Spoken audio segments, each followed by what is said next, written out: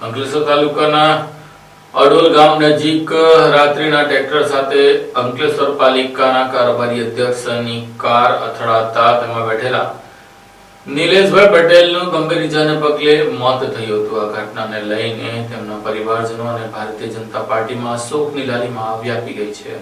અંકલેશ્વર તાલુકાના અડોલ ગામ પાસે શનિવારે સાંજે થયેલા માર્ગ અકસ્માતમાં અંકલેશ્વર નગરપાલિકાના કારોબારી અધ્યક્ષ નિલેશભાઈ રમણભાઈ પટેલનું દુઃખદ અવસાન થયું હતું। મળતી માહિતી મુજબ નિલેશભાઈ પટેલ પોતાની 4 વ્હીલ કાર નંબર GJ16DS4840 લઈ મોટવાણ ગામેથી અંકલેશ્વર તરફ જઈ રહ્યા હતા। સાંજે અંદાજે 7 વાગ્યાના અરસામાં અડોલ ગામથી આંબોલી ગામ તરફ જતા માર્ગ ઉપર EPC 3 પહેલા રોડ ઉપર કોઈ અજાણ્યા ટ્રેક્ટર ચાલકે ગફલતભરી અને બેદરકારીપૂર્વક ટ્રેક્ટર હંકારતા તેમની કાર સાથે જોરદાર ટક્કર મારી હતી। અકસ્માત નિલેશભાઈને માથાના ભાગે તથા છાતીના ભાગે ગંભીર ઇજાઓ પહોંચી હતી। ઘટના સ્થળે હાજર સ્થાનિક લોકો દ્વારા તેમને તાત્કાલિક સારવાર માટે અંકલેશ્વરની સરદાર પટેલ હોસ્પિટલ ખસેડવામાં આવ્યા, જ્યાં ફરજ પરના તબીબે તેમને મૃત જાહેર કર્યા। ઘટનાની જાણ થતાં પરિવારજનો અને સમર્થકો હોસ્પિટલ ખાતે દોડી આવ્યા। શહેરમાં આ દુર્ઘટનાને પગલે શોકની લાગણી પ્રસરી ગઈ છે। પરિવારજનોએ અજાણ્યા ટ્રેક્ટર ચાલક સામે કાયદેસરની કાર્યવાહી કરવાની માંગ સાથે ફરિયાદ નોંધાવી છે। પોલીસ દ્વારા ગુનો દાખલ કરી વધુ તપાસ હાથ ધરવામાં આવી છે। ઉલ્લેખનીય છે કે નિલેશ પટેલ અંકલેશ્વર નગરપાલિકાના કારોબારી અધ્યક્ષ તરીકે સેવા આપી રહ્યા હતા અને શહેરના જાહેર જીવનમાં સક્રિય ભૂમિકા ભજવી રહ્યા હતા। તેમના અચાનક અવસાનથી રાજકીય તથા સામાજિક ક્ષેત્રે શોકની લાગણી વ્યાપી ગઈ છે।